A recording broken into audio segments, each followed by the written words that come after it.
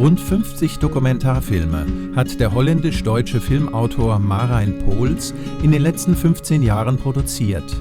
Durch seine Arbeiten über soziale Themen der Dritten Welt gilt er vielen eher als linker Filmemacher. Es ist noch schön am Bauer sein. Ja, wenn die so weitermachen, werden wenige noch Tierhaltung haben. Sonst anders geht es nicht. Und darum sind die Kartoffeln einfach ausgestorben. The farmer has become energy supplier. And we became the activists. Doch seit Marijn Pools sich kritisch mit Widersprüchen und Gegensätzen der Klimaforschung beschäftigt hat, wird er von deutschen Medien blockiert und von grünen Ökolobbyisten aktiv bedroht und teils als Nazi beschimpft. Jetzt hat sein Film »Der Bauer und sein Klima« die Aufmerksamkeit von EU-Parlamentariern erzielt. Erstens, es wird wärmer. Das Klima verändert sich. Das ist die Statistik.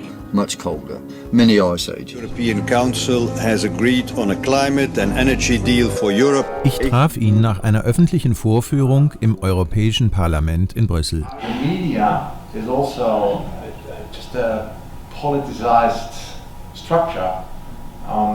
We have left media, we have right media, and the function of a journalist is to be independent, of course.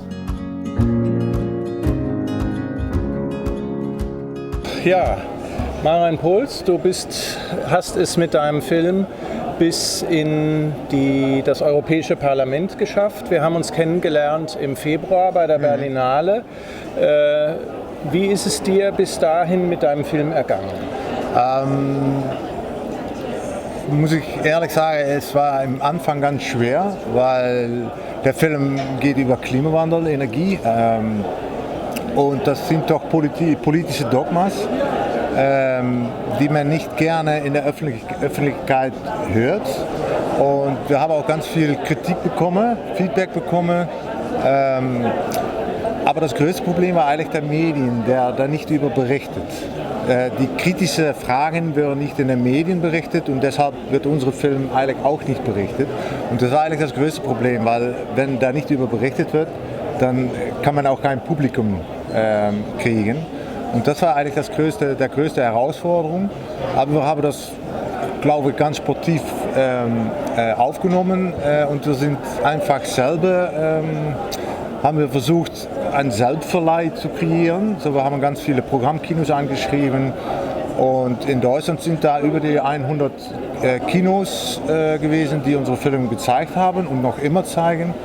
Und da in die Kinovorführung geht das wirklich ganz schön, weil wir kriegen ganz schöne, gesunde und spannende Debatte auch, Diskussionen nachher. Aber es bleibt natürlich ein Dogma, wo man in der Öffentlichkeit ganz schwer kritisch übersprechen darf. Welches sind denn die kritischen Punkte, über die nicht berichtet würde? Naja, in meinen Filmen besuche ich zum Beispiel auch skeptische Leute, die sagen, Klimawandel ist da, aber die Ursache, die CO2, menschgemachte CO2, das ist vielleicht nicht der Ursache oder nicht der größte Ursache. Ja, die Wissenschaftler oder die Meteorologen, die haben wir auch im Film mitgenommen und das ist eigentlich die Sache, die man nicht gerne hören will. Weil das Leute verwirrt und der auch natürlich ein wissenschaftlicher Konsensus ist. Und wenn man da ankommt, dann bekommt man ganz viele Kritik. Also das hört sich so an, als ob der Konsens, der festgeklopft wurde, nicht gestört werden soll.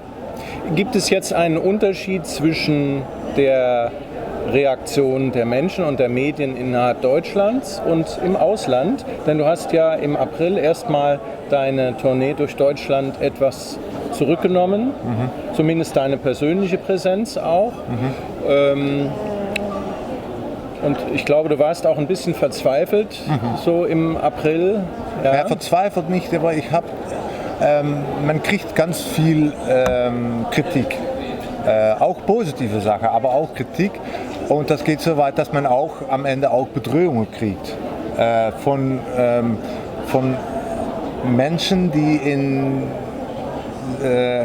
Stiftungen wie Greenpeace operieren, die der Film gesehen haben und die sich dann Da gibt auch eine Szene, dass ich eine Demo von Greenpeace besuche. Und da kommen die nicht ganz gut weg in der Film. Das war nicht bewusst so geschnitten, aber es ist einfach so. Und die haben das gesehen und sind, ich weiß nicht, ich habe Angst gekriegt und habe mich angerufen auch, es ist besser aufzuhören mit deinem Film, bevor du wirklich Probleme kriegst. So etwas. Und ist der namentlich in Erscheinung getreten, der Bedroher? Oder war das anonym? Das war natürlich anonym, ja, klar. Aber ich hab so verstanden, dass er von Greenpeace war. Und so kriegt man auch ganz viele E-Mails, die sind dann nicht so anonym. Und die sagen einfach, du spinnst nicht oder weißt du, aber das tut kein weh natürlich. Aber wenn man das ganz oft kriegt, ganz viel kriegt, dann kommt man so ein bisschen in so eine negative Energie. Während die Vorführungen war auch manchmal Leute in der Saal, die wirklich ganz aggressiv aufgestanden sind und gegen mich geredet haben. So von du spinnst nicht und der Quatsch und dann hat der ganze Saal noch geklatscht auch noch. Naja, da fühlst du dich irgendwann nicht mehr so sicher oder freilich. Und das habe ich ein paar Mal erlebt und dann bin ich habe ich mich einfach eine Zeit zurückgetreten. Aber letztendlich denke ich nee, ich mache nichts falsch in der Film. Ich stelle einfach Fragen. Du dokumentierst, ja. Ich dokumentiere, dass das empfindliche Fragen sind, das ist klar. Aber das heißt, ist dein Job. Das ist mein Job, das ist Journalismus, glaube ich. Und ich mache das weiter. Ich mache nichts falsch mit der Film. Und ich bin danach auch wieder losgegangen. Und habe mich dahin auch Kraft gegeben, ja, um das weiterzuziehen. Und ich finde das beschämend, wie der Medien derzeit operiert, dass wir solche Sachen nicht mehr besprechen können. Das sind ganz große Systemwechsels, wo so unglaublich viel Geld dahinter steckt, wo Leute auch ganz viel Geld bezahlen müssen. Und vor allem die ärmsten Leute in zum Beispiel Deutschland müssen dafür bezahlen. Da finde ich das wirklich beschämend, dass da nicht über diskutiert werden kann. Sprichst du jetzt von der Energiewende und den Folgekosten, die durch die Klimaschutzmaßnahmen kommen. Genau. Aber ich wollte gerade noch mal auf die Frage vorher zurückkommen. Gibt es einen Unterschied zwischen der Reaktion in Deutschland und der Reaktionsweise im Ausland? Naja, man sieht, dass zum Beispiel Holland kann man ganz öffentlich die Energiewende kritisieren. Das wird ganz gesund gesehen in Holland. Wissenschaftlich muss man nicht so viele Fragen stellen. Das ist noch immer ein ganz empfindliches Thema. In Deutschland sehe ich, dass die Energiewende auch unglaublich empfindlich ist. Weil das ist ein empfindliches Thema, ja? Genau. Ja. Worüber man eigentlich nicht so viel Kritik haben darf. Weil das Klimaretten ist gut. Und wenn man das kritisiert, das heißt, dass du die Erde nicht mehr retten willst. So, das Gefühl. Also wer nicht dafür ist, der ist dagegen. Genau. Und das ist natürlich Quatsch, weil ich glaube, da ist keine gegen. Aber es geht um das Realismus innerhalb der Energiewende. Also die Nuance haben wir nicht mehr. Wir müssen das so radikal durchziehen, dass auch ganz viele Menschen, zum Beispiel 300.000 deutsche Familien, die ihre Stromrechnung nicht mehr bezahlen können und abgeschaltet sind. Das ist einfach beschämend in Europa, das zu erleben. Und das finde ich eine legitime Grund, um das zu diskutieren. Und das sieht man in Deutschland, dass es noch wirklich eine empfindliche Sache ist. Und das hat zu tun mit der Gutmensch, gegensprechen, aber auch natürlich mit das Ego von Deutschland, von die Energiewende. Das ist ja ein sozialer Aspekt eben, den du angesprochen hast, wenn so 300.000 Leute die Stromrechnung nicht mehr bezahlen können. Das heißt, dass die Energiewende im Grunde vor allen Dingen von den schwachen Haushalten und von den mittelständischen Betrieben überwiegend finanziert wird, während die großen Strom- und Energieverbraucher eben nach einem sehr einseitigen System Rabatte bekommen.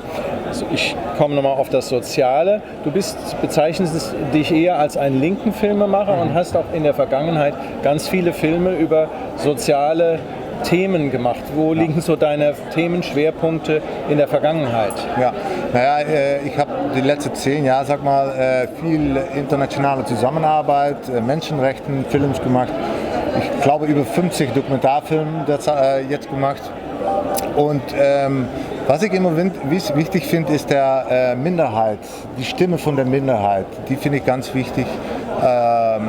Und die Parallele mit der neuen Film ist, dass ich das ganz von einer linken Perspektive auch anschaue, weil zum Beispiel die 300.000 Familien, die ihre Stromrechnung bezahlen können. Der Stromrechnung, der immer mal teurer wird in einer Welt, der nicht mehr so viel Geld hat.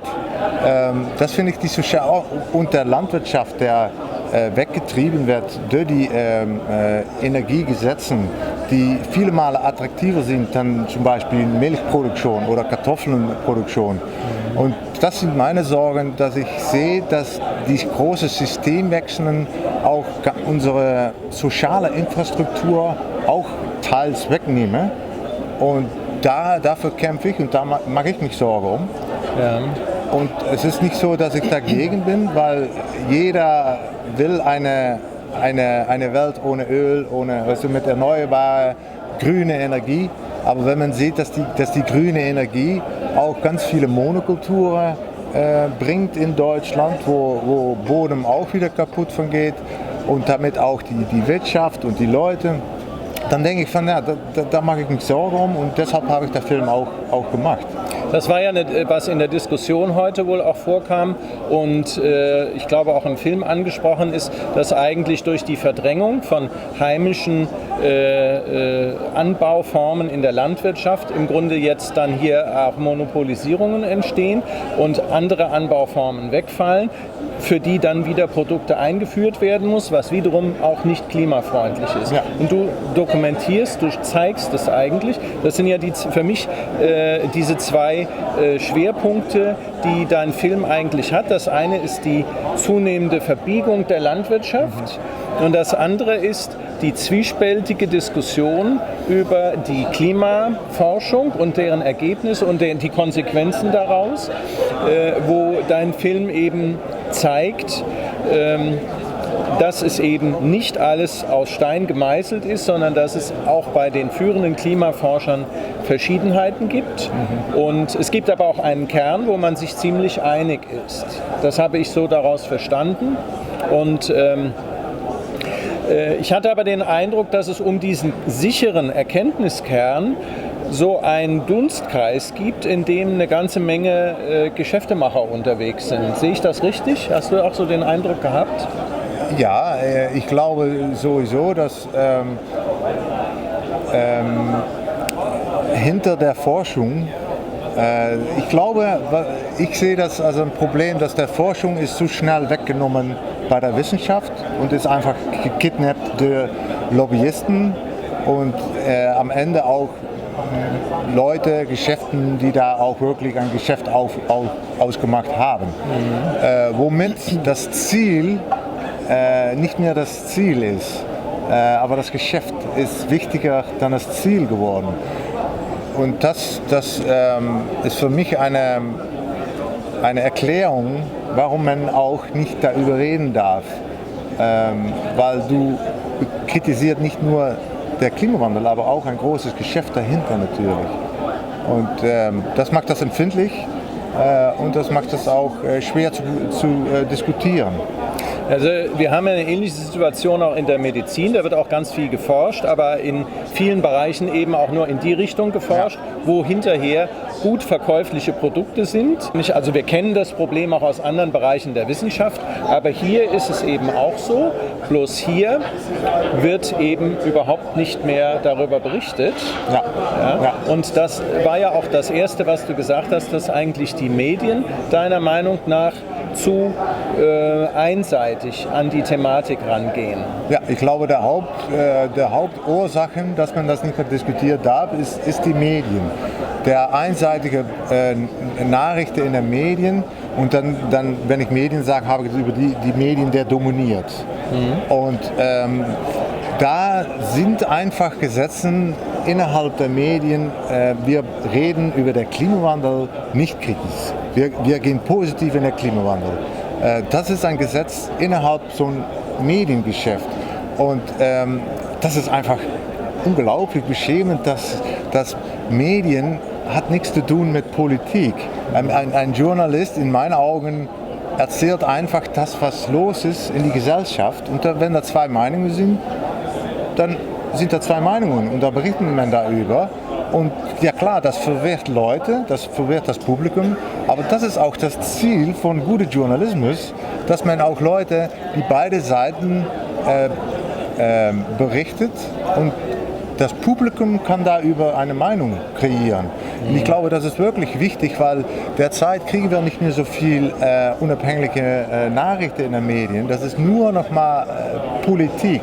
Und ich finde es schön, was der Professor in meinem Film Freeman Dyson gesagt hat, von sobald große Systeme politisch werden, funktionieren die Systeme einfach nicht mehr. Und das ist auch natürlich in den Medien, man hat linke Journalisten und rechte Journalisten. Und das heißt, dass wenn man zum Beispiel rechter Journalist ist, dann kann man nicht mehr objektiv berichten und der funktioniert der Medien nicht mehr. Und das ist das Problem, dass nicht nur Wissenschaft politisiert ist, aber auch der Medien politisiert ist. Und die haben alle ihre eigene Agenda, warum sie Sachen erzählen und warum nicht. Wie unterschiedlich ist die Öffentlichkeit zwischen Sachsen-Anhalt, Berlin und Niederlanden?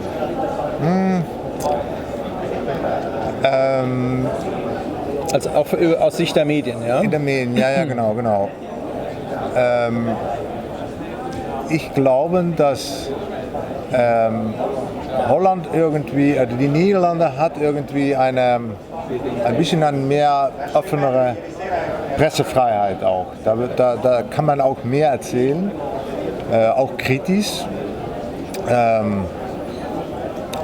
In Berlin finde ich das wirklich beängstigend, wie kaum darüber gesprochen wird, über empfindliche Sachen wie Klimawandel. Was passiert dann? Da wird einfach nicht über geredet. Da wird nicht über geschrieben. Man hat natürlich die alternativen Medien, ne? Und die schreiben dann natürlich gerne, aber es geht nicht um die dominierenden Medien. Und ich sehe in Berlin, dass da wirklich keine eine Satz über unsere Filme berichtet wird. Wir haben zum Beispiel auch ganz viele Pressenachrichten nach die Presse in Berlin geschickt, wenn der Film in Berlin im Kino war.